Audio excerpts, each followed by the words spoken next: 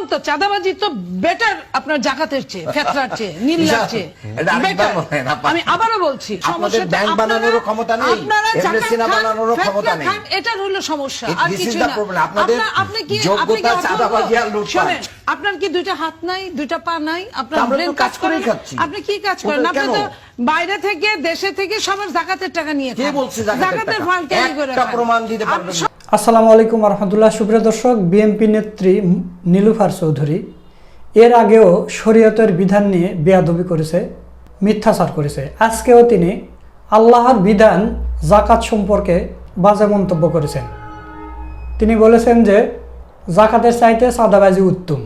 বললাম তো চাঁদাবাজি তো বেটার আপনার জাকাতের চেয়ে, ফেতরার চেয়ে, নীলার চেয়ে।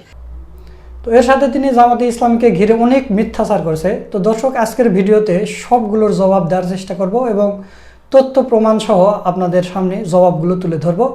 আপনাদের প্রতি অনুরোধ রইল আপনারা পুরো ভিডিওটা দেখে যাবেন। তো দর্শক, ওই টক শোতে আসলে নীলুফার চৌধুরী জামাত সম্পর্কে এবং জাকাতের বিধান নিয়ে কি বলছে, চলুন আমরা সেই ভিডিওটা আগে দেখে আসি।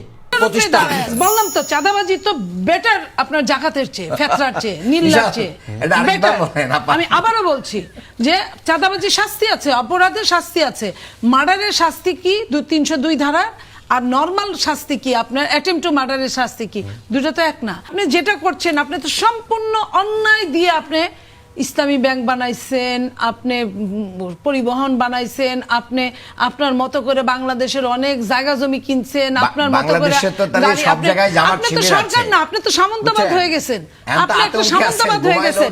আপনি পুঁজিবাদ কাকে বলে? আপনি এস আলমের কথা আমরা বলি, আমরা বসুন্ধরার কথা বলি, আমরা আপনার কি সালমান এফ রহমানের কথা বলি, এটার সঙ্গে আপনারা জামাত হয়ে গেছেন। ওরকমই হ্যাঁ, এটা এরকমই আপনারা জামাত, খালেদা জিয়া বড় জামাত। কোন সরকার কি আলাদা করে বাংলাদেশের সবচেয়ে বড় জামাত। আপনি এখন ঘরে ঘরে থানায় থানায় আপনি কি ইবনে সিনা বানাচ্ছেন, থানায় থানায় আপনি আপনার বিভিন্ন আপনার সমস্যাটা কি? ইবনে সিনা তো সমস্যা নাই, আমি সেবা নিচ্ছি, আমি তো টাকা দিয়ে সেবা নিচ্ছি না। এটা আপনার সিস্টেমের সমস্যা, অধিকার দিতে পারছে না ইবনে সিনা। আমার সমস্যাটা কোথায়?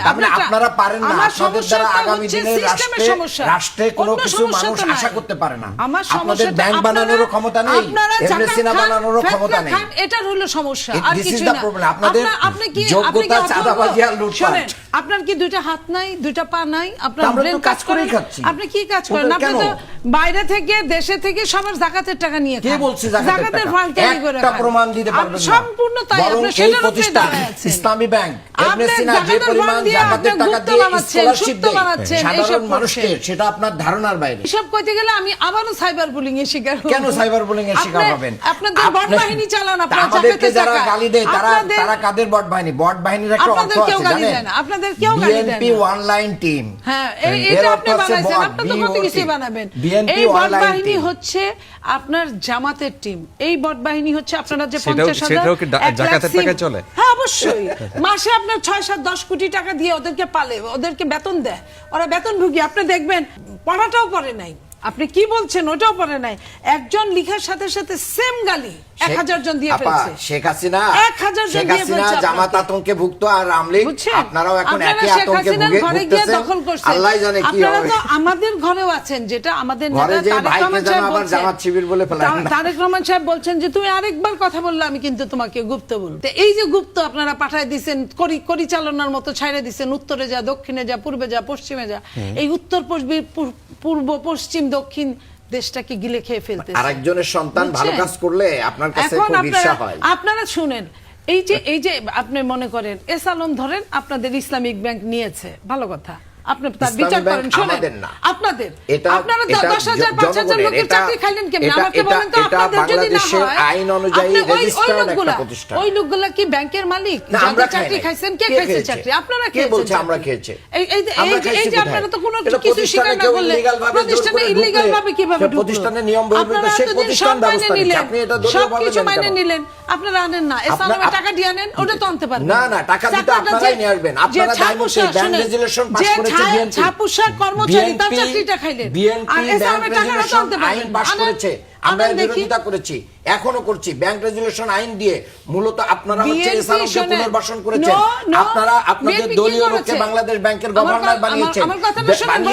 বাংলাদেশকে কি করেছেন? আবার হাসিনা লুটপাটের দিকে নিয়ে যাচ্ছে। এসআরএমকে বিএনপি যেটা করেছে সেটা ওই টাকাটা বাইরে যে টাকাটা সিঙ্গাপুরে গেছে এখানে ওইখানে গেছে ওটাকে ফেরত আনার একটা বন্দোবস্ত করা হচ্ছে। এটাও একটা কৌশল। অবশ্যই ভাগ নেবেন কত পার্সেন্ট? সাইফুর রহমান টাকাকে ইতিহাস তো আছে আপনাদের। শুনেন, পার্সেন্টেজ যেটাই থাকুক না কেন, পেটি বর্জ্য আর বর্জ্যর মধ্যে পার্থক্য আছে, বুঝছেন? ঘরের টাকা যদি ঘরে ফিরে আসে এটার জন্য আপনার জন্য খুশি হওয়া উচিত। আমাদেরকে সুযোগ দেন, 1% দিয়ে দেব। অফারটা আপনারা নেন। বিভিন্ন জায়গায় যায় শুনি 100 কোটি 200 কোটি জামাতের আমির গিয়েছিল, ওইখানে বসেছিল জামাতের আমির বাংলাদেশের জায়গা থেকে 100 কোটি টাকা নিয়ে সময় শেষ। সুপ্রিয় দর্শক, আপনারা স্টার নিউজের টকশোর ভিডিওটা দেখলেন। তো নীলুফার চৌধুরী জামাত ইসলামী সম্পর্কে যেগুলো মিথ্যাচার করেছে সেটার একটা পয়েন্ট ধরে ধরে আমরা জবাব দেওয়ার চেষ্টা করব। তো দর্শক, সর্বপ্রথম আমরা ইসলামী ব্যাংক নিয়ে কথা বলবো। তিনি বললেন যে ইসলামী ব্যাংকের যে 5,000 10,000 কর্মীকে ছাঁটাই করা হয়েছে, এদেরকে কেন ছাঁটাই করা হলো এই কথা তিনি বলেছেন। তো দর্শক, আমরা ইতিমধ্যে জেনেছি যে ইসলামী ব্যাংক থেকে যাদেরকে ছাঁটাই করা হয়েছে তারা গত 2 বছর যাবৎ আন্দোলন করে আসতেছে। তারা অন্য কোনো ব্যাংকে চাকরি পায়নি বা তাদের কোনো যোগ্যতাই নেই। যোগ্যতা থাকলে তো অন্যান্য ব্যাংকে বা অন্য কোথায় চাকরি করতো। তাদের কোনো পড়াশোনা নেই, কিছু নেই, তাদের কোনো যোগ্যতা নেই। তারা কোনো ভর্তি পরীক্ষা দিয়ে নয়, কোনো নিয়োগ ছাড়াই তারা ইসলামী ব্যাংকে চাকরি পেয়েছিল এসআরএমের বরাতে। এই বিষয় নিয়ে 71 টেলিভিশন একটা প্রতিবেদন করেছে, আপনারা দেখলে অবাক হয়ে যাবেন যে কত বড় জালিয়াতি করা হয়েছে ইসলামী ব্যাংকের উপর। তো দর্শক, চলুন আমরা 71 টেলিভিশনের সেই অনুসন্ধানী প্রতিবেদনের ভিডিওটা একটু দেখে আসি। 8 বছরে 11,500-এর বেশি জনবল নিয়োগে ভয়াবহ অনিয়ম করেছে ইসলামী ব্যাংক। কোনো বিজ্ঞপ্তি, এমনকি লিখিত বা মৌখিক পরীক্ষা ছাড়াই এসব লোক নিয়োগ দেওয়া হয়েছে, যা উঠে এসেছে কেন্দ্রীয় ব্যাংক ইসলামী ব্যাংকের নিজস্ব এবং এক অডিট প্রতিবেদনে। এতে বলা হয়, এসআরএম গ্রুপ ব্যাংকটির নিয়ন্ত্রণে নেওয়ার পর থেকেই এই অনিয়ম শুরু হয়, যাকে অনিয়মের চূড়ান্ত উদাহরণ বলছেন বিশ্লেষকরা।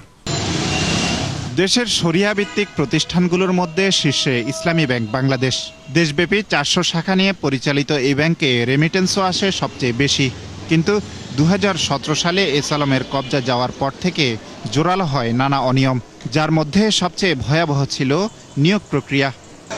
একাধিক সিএফআরএমের অডিট এবং কেন্দ্রীয় ব্যাংকের প্রতিবেদনে বলা হয়, 2024 সালের 31 আগস্টে ব্যাংকের কর্মী ছিল 21,500-এর উপরে।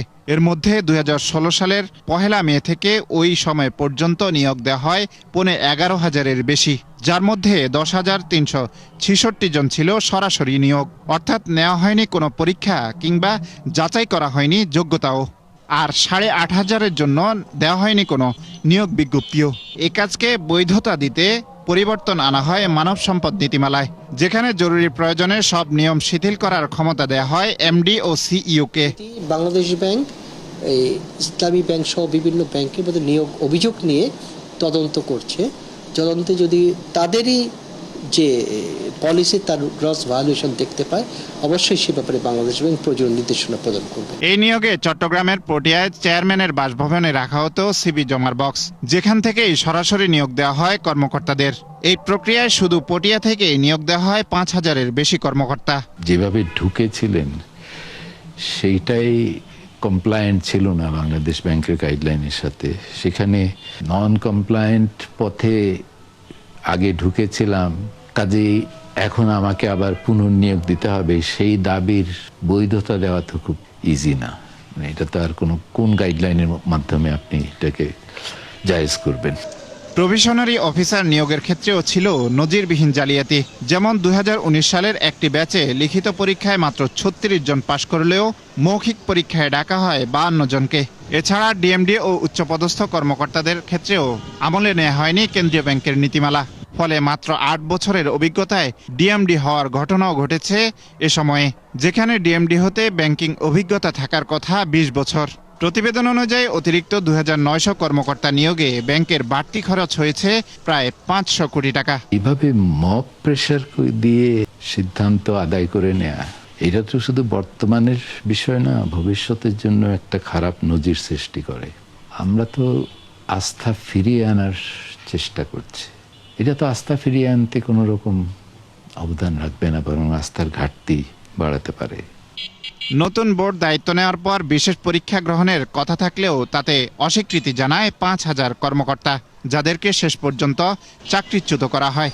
সুপ্রিয় দর্শক, আপনারা 71 টেলিভিশনের অনুসন্ধানী প্রতিবেদনের ভিডিওটা দেখলেন। আশা করছি আপনারা পুরো বিষয়টা বুঝতে পেরেছেন যে কিভাবে নিয়োগ হয়েছে। এই কারণে কিন্তু এই 10,000 বা 11,000 যারা কর্মী ছিল গত 2 বছরে, তারা অন্যান্য কোনো ব্যাংকে চাকরি পায়নি।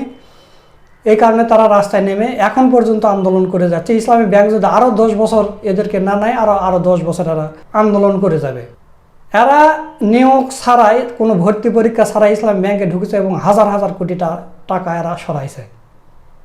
আমি এই কথা বারবার বলি, আরে ভাই, তোর যোগ্যতা আছে, তুই অন্যান্য ব্যাংকে চাকরি কর, নাহলে অন্য চাকরি কর, তোর তো যোগ্যতা নেই। এই কারণে তোদের 2 বছর ধরে আন্দোলন করতে হয়। তো দর্শক, এরপরে নীলুফার চৌধুরী আরও যেগুলো কথা বলেছে সেগুলো নিয়ে এখন জবাব দিব। বক্তব্যের শুরুর দিকে নীলুফার চৌধুরী বলেছেন যে এস আলম, সালমান এফ রহমান, বসুন্ধরার মতো থানায় থানায় জামাতে ইসলামী জায়গা কিনতেছে এবং ইবনে সিনা বানাইতেছে। তো ইবনে সিনা বানালে ক্ষতি কি? ইবনে সিনা বানিয়ে তো দেশের মানুষের সেবাই করতেছে। আপনি অন্যান্য হসপিটালে যান, সব চাইতে ইবনে সিনার রেট কম এবং ভালো চিকিৎসা দিয়ে থাকতেছে। আর জামাতে ইসলামী কি ওই বসুন্ধরা বা সালমান এফ রহমানের মতো কি মানুষের ভূমি দখল করে, জায়গা দখল করে করে কি এগুলো বানাচ্ছে, নাকি জামাতে ইসলামী টাকা দিয়ে জায়গা কিনে? আর আপনি এস আলম, তারপরে সালমান এফ রহমান বা বসুন্ধরার সাথে তুলনা করলেন, জামাতে ইসলামের কি অত সম্পদ আছে তাদের মতো? তো আপনারা হসপিটাল বানান, আপনারা তো দীর্ঘ সময় ধরে ক্ষমতায় ছিলেন, আপনাদের নিজস্ব হসপিটাল, নিজস্ব ব্যাংক কোথায়? কিছুই নেই। আর আপনারা এসে জামাতে ইসলামের বিরোধিতা করেন। এরপর বট বাহিনী নিয়ে কথা বলেছে। জামাতে ইসলামী নাকি মাসে 10 টাকা করে বট বাহিনীদের দেয়, এই বট বাহিনীরা নাকি বিএমপিদের গালি দেয়। আরে ভাই, জনগণ আপনাদের প্রত্যাখ্যান করেছে, সেটা আপনারা বুঝেন না সোশ্যাল মিডিয়ায়। এগুলো কি জামাতে ইসলামের টাকা দিয়ে বা শিবিরের টাকা দিয়ে বট বাহিনী চালাতে হয়? না, জামাতে ইসলামের শিবির দিয়ে বট বাহিনী দিয়ে চালাতে হয় না। কারণ জামাত শিবিরের লোকজনেই এত পরিমাণ সমর্থক বাংলাদেশে, যেটা আপনাদের টাকা দিয়ে বট কিনে নিতে হয় না। তারা নিজেরাই ওই ধরনের কমেন্ট করে বা সমর্থন দেয়। তো দর্শক, তিনি চাঁদাবাজির সাথে আল্লাহর একটা বিধান জাকাতের তুলনা করেছে, মানে জাকাতের সাথে চাঁদাবাজির তুলনা করেছে, যে জাকাতের সাথে চাঁদাবাজি উত্তম। এটা কিন্তু কোরআনের আয়াতের সাথে বেঈমানি করা হয়েছে, কটাক্ষ করা হয়েছে। জাকাতের সাথে চাঁদাবাজি উত্তম হয় কি করে? জামাতে ইসলামী যে জাকাতগুলো বাংলাদেশ থেকে কালেক্ট করে, সেগুলো কি কোনো বিএনপির নেতাকর্মীরা দেয়? জামাতকে জাকাত দেয়? না, দেয় না। জামাতে ইসলামী তাদের যারা নেতাকর্মী সমর্থক আছে তাদের কাছ থেকে জাকাত আদায় করে। জামাতে ইসলামী আল্লাহর কোরআনের এই আয়াতটা, আল্লাহর এই হকটা আদায় করে। যারা জামাতে ইসলামী করে তারা কিন্তু যাদের উপর জাকাত ফরজ আছে তারা প্রত্যেকেই জাকাত দেয়। অন্যান্য দলের যারা বিএনপি করে, আওয়ামী লীগ করে, জাতীয় পার্টি করে বা অন্যান্য দল করে, তারা সাংগঠনিকভাবে এইভাবে জাকাত তোলে যে আমার একজন নেতা বা আমার একজন কর্মী, আল্লাহর একটা বিধান, ফরজ বিধান জাকাত, এটা কি তারা দিচ্ছে কিনা সেটা কি দেখে? না, দেখে না। কিন্তু জামাতে ইসলামী দেখে। জামাতে ইসলামী দেখে যে আমার দলের নেতা এবং আমার দলের কর্মী, আমার দলের সমর্থক, এরা জাকাত দিচ্ছে কিনা জামাতে ইসলামী সেটা খোঁজ খবর নেয় এবং জামাতে ইসলামী সেখান থেকে জাকাত কালেক্ট করে তাদের কাছ থেকে, এবং এই জাকাতের টাকা দিয়ে দেশে কোনো দুর্যোগ হোক বা গরিব অসহায়কে দেওয়া, এরকম দিয়ে কাজ করে।